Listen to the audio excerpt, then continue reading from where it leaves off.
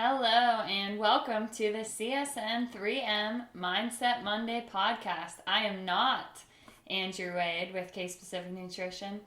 On this channel, we're going to focus on the 3 M's: mindsets, myth busting, and mentoring, all as they pertain to health and nutrition.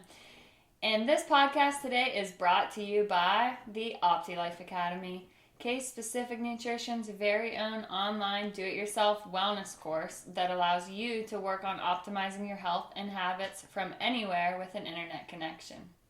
Be sure to check out the free trial at optilifeacademy.com or by clicking the link in the show notes. Use the code ANDREW at checkout for 10% off. On today's episode of CSN3M is going to be a little bit different. I will be your host, Allison Wade, taking over the podcast. My guest here with me is Andrew Wade. How are you doing today, Andrew? Doing well. This is the fun that I get to run today's podcast and have a little bit of fun, and we're going to talk about some interesting topics, and you guys get a nice change of pace from hearing the same voice week after week. Savage. Wow. I tried to get intro music, but I didn't get the approval. My song was not appropriate. So, but no, we just we thought we would do a podcast together, and eventually we're gonna have all the dietitians on here. But we are being quarantined this week, and so we thought this was a good week to do it. We just both finished working for the day, and just gonna have a little bit of fun talking some nutrition. So, welcome to the show, Andrew. Thank you so much. So glad to be here. So, just to tell everyone a little bit about myself, I actually work at our Plum office, which we call Case Specific Wellness, because at that location we actually have a personal training gym. And Jeremiah runs our personal training. He was on an earlier episode, but it's kind of a neat concept for us because, a lot of my clients who maybe don't want to work out in a big gym setting can kind of work out there one-on-one or in a small group.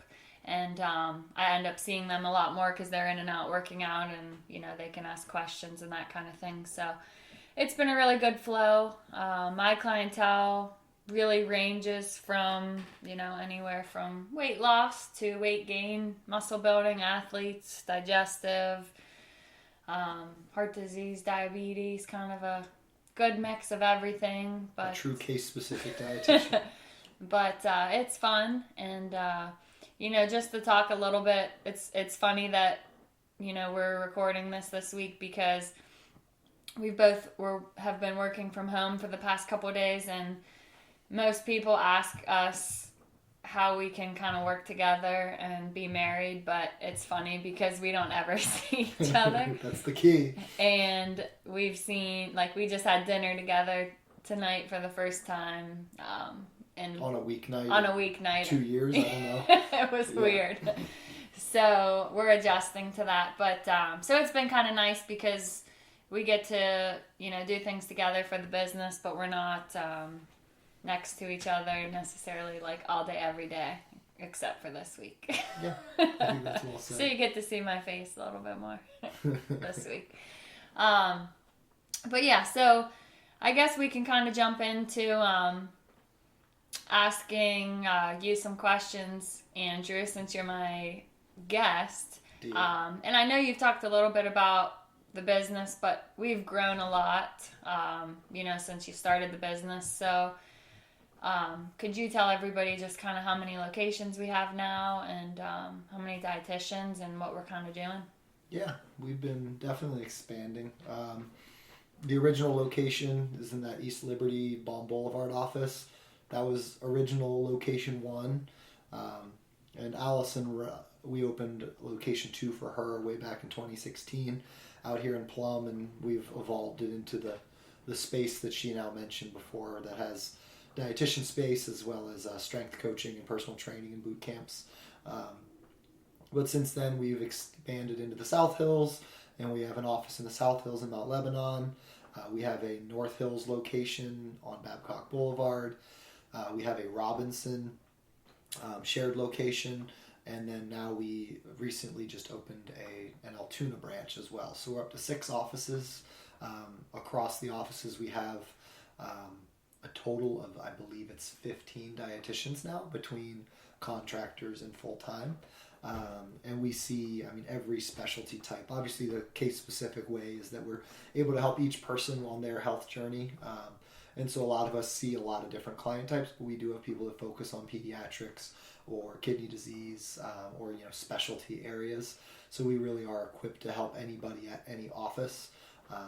And we're obviously looking to continue to grow and expand around the area and region, around the state, and then also continue to work on offering new services that can continue to help people. Yeah, no, it's been really cool to see how it's grown and people find us and refer their friends, and we've become a well-known name throughout Pittsburgh, and now branching outside of Pittsburgh. But we've been able to help a lot of people, which is the goal. Somebody has a good experience, and then they tell a family member and a friend, and we're able to reach more people. So it's been good, and we have a good network. We work with a lot of physical therapists and doctors and different gyms in the area. So yeah, it's become a nice little network. So obviously as the business and with that growing, and this kind of leads into today's topic, where we don't see very much of each other. One of the things I think we both preach a lot is preparing and preparation. I think there's a quote that you always use. I don't know what you're talking about off the top of my head. Okay. There's a lot of quotes I use, but one of the many. I think it was something like fail to prepare, or fail to plan to fail. Was that it? I don't think that's anything I say, but that's probably something in a book somewhere. Yeah. Okay. We'll go with it. We'll go with that one. Failing to plan is planning to fail. Yeah. Is that what you were trying to... And I think we've both been in this situation where we've had busier weeks, and we come home and there's, nothing prepared, and we fall into the, grab a bowl of cereal or protein shake and a bowl of cereal. Protein shake, something random. Egg wraps for me, that's my go-to. Yeah, making some eggs, which again isn't horrible, but it isn't always like the most balanced dinner. And in the winter, I coach basketball, and so a lot of my dinners are like on a bus, and so when we don't plan things, that's kind of what happens. And that's something that I know I preach a lot to my clients, and obviously you do as well, but everybody lives a very busy life, and nobody has time to come home every single night and make a big dinner and spend hours cooking. So we really, really emphasize at least prepping, the meat portion of the meal, since that tends to be the most time consuming, where we can kind of add other components. What are some strategies and tips that you give a lot of your clients when you're talking about, planning and prepping for the week? Well, the first thing I always tell people, and you said it well, is, for those of you that don't know, I counsel until 9 p.m. Monday through Thursday. And one or two of those nights I usually stay late at the office and work on some of my other projects and businesses. So I'm home late, and I don't ever eat dinner at home really, other than Friday night, Saturday night, Sunday night. And like Allison said, she's on the basketball focus from basically October through February. And so one of the things I always start with is that, despite what people probably think, you and I are not the Tupperware people.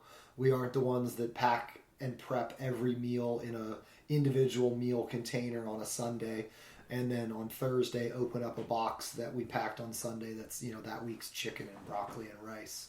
We're big fans of what she kind of hinted at. It's called meat prep. So instead of meal prep, meat, MEAT.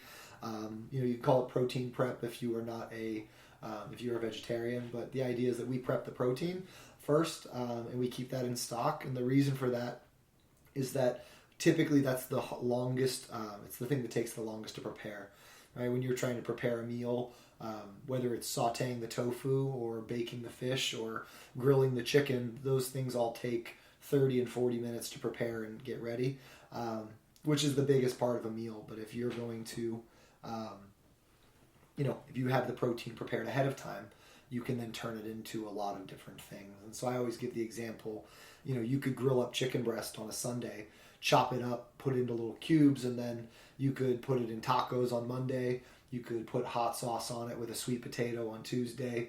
You could drop it with some microwave rice and frozen broccoli and pour cream of chicken soup and bake it for 10 minutes on a Wednesday. You could drop it in chicken broth with noodles on a Thursday.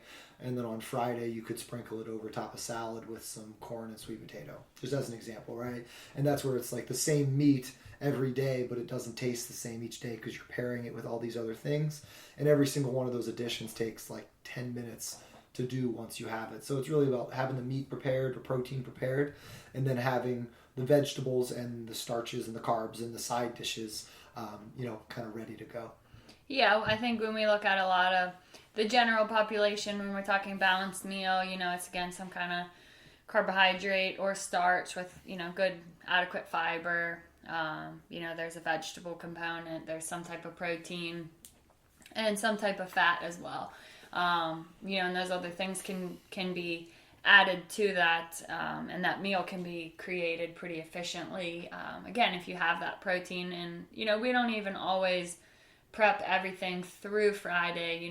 We might on Wednesday make chili in the crock pot or cook a different protein halfway through the week just to kind of mix things up. But it's just the two of us, so we're not cooking for a whole family. But I know a lot of families have kids that don't eat the same thing that the parents do, and that only makes your life easier, because then if you are preparing different things for your kids, it's not stressful to feed yourself. You can keep your meal fairly simple, and then you're not sitting there making, chicken nuggets, trying to grill chicken for yourself, make rice, all these things. So I always say, at least if, maybe you pick 2 or 3 recipes for the week, and if you're somebody that's okay with leftovers, that's an easy lunch for yourself, the next day, that you can add something to it or change something about it, and you can still kind of be creative, but you're not cooking 5 different recipes every single week with a ton of different ingredients. That just becomes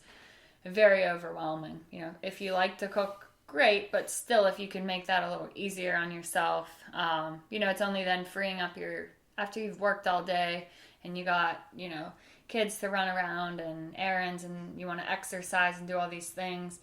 If the meal prep or the cooking aspect is seen as stressful or just very time consuming, you're going to pick the easier route, and it's going to end up being the convenience foods. So, there's a ton of good, websites and stuff. I'll find recipes on Cooking Light and skinnytaste.com. A lot of those will even have some of the nutrition facts and their lighter recipes. Or we just think basic. If we want burgers, that's fine. We're going to make some burgers for the week, but we're going to buy nice, lean, grass-fed 93.7 beef or some turkey and ground turkey and make burgers.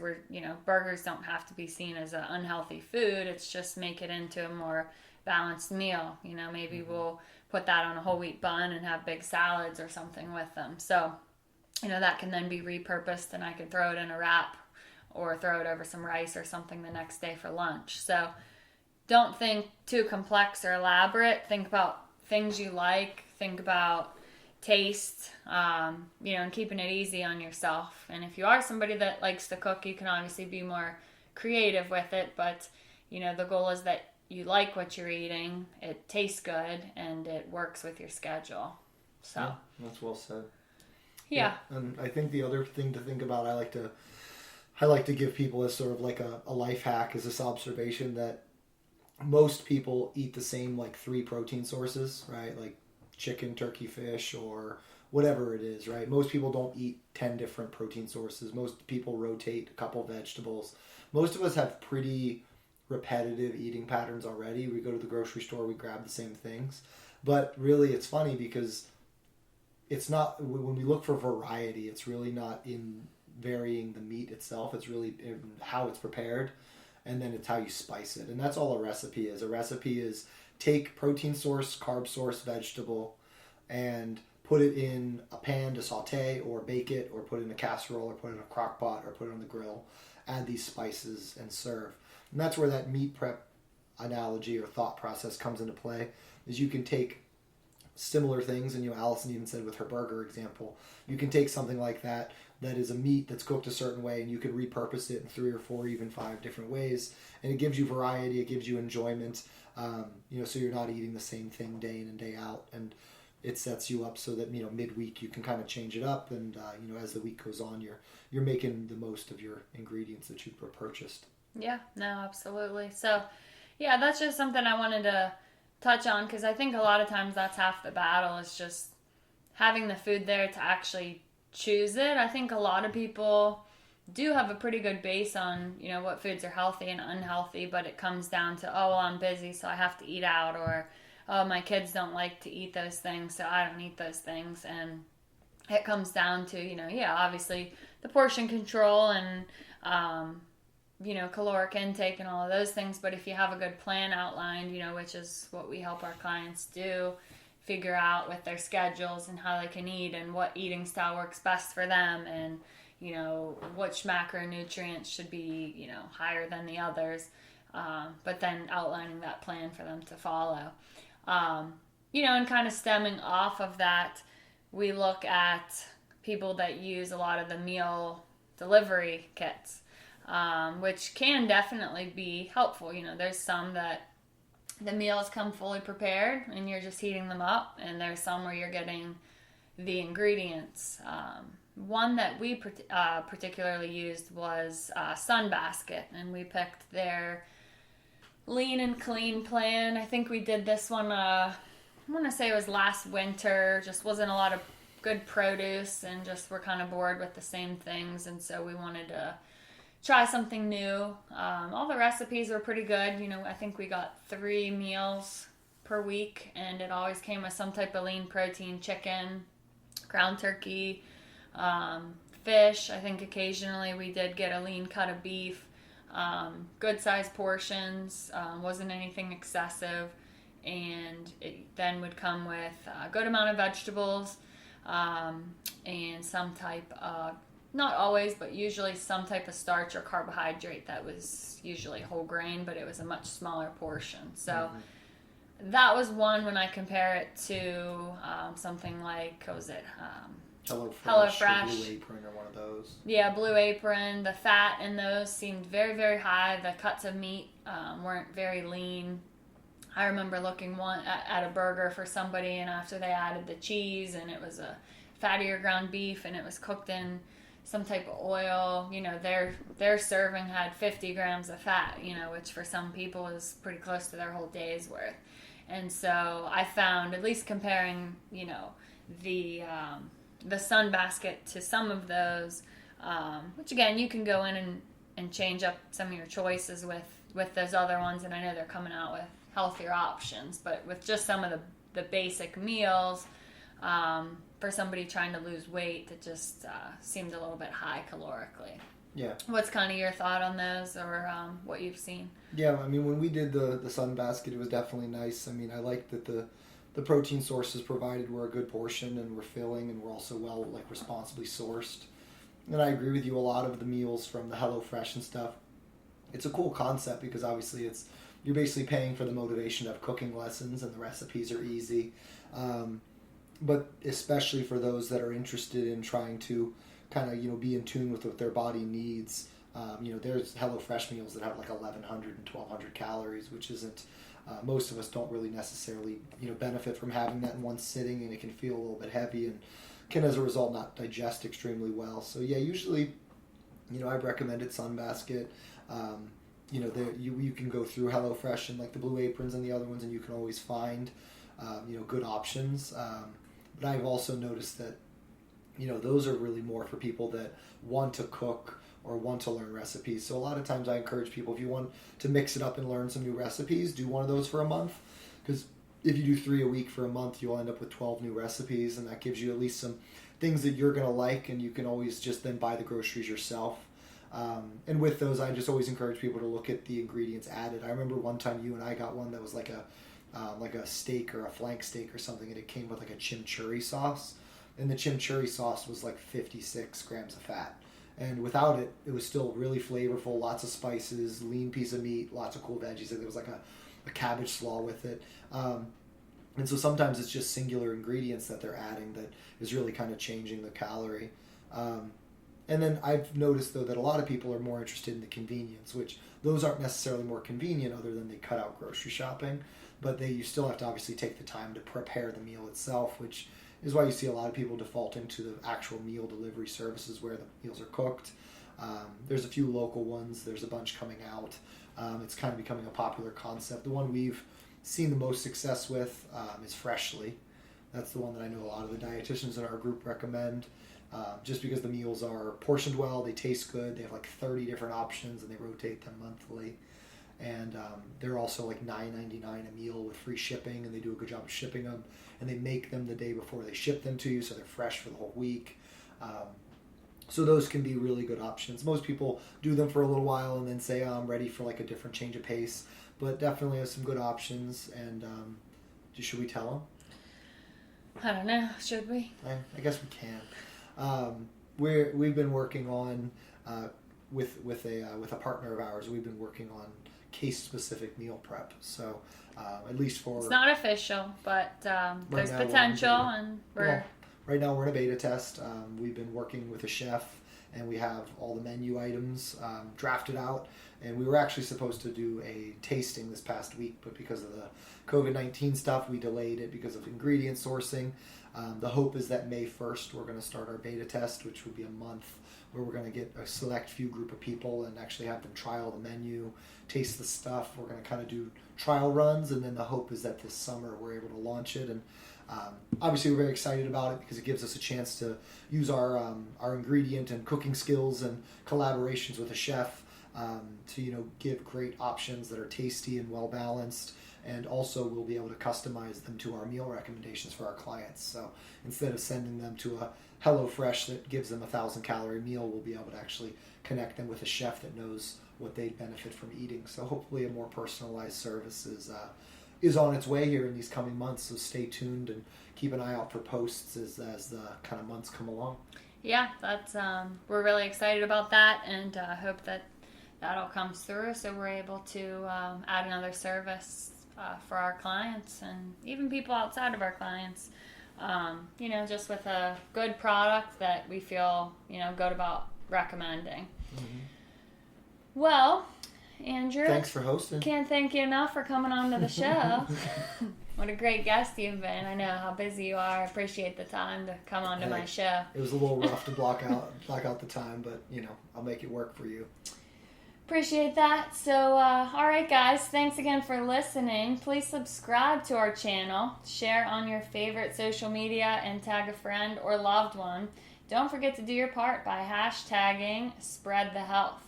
For more CSN content, follow us on all social media at Case-Specific Nutrition, and check out our website, casespecificnutrition.com.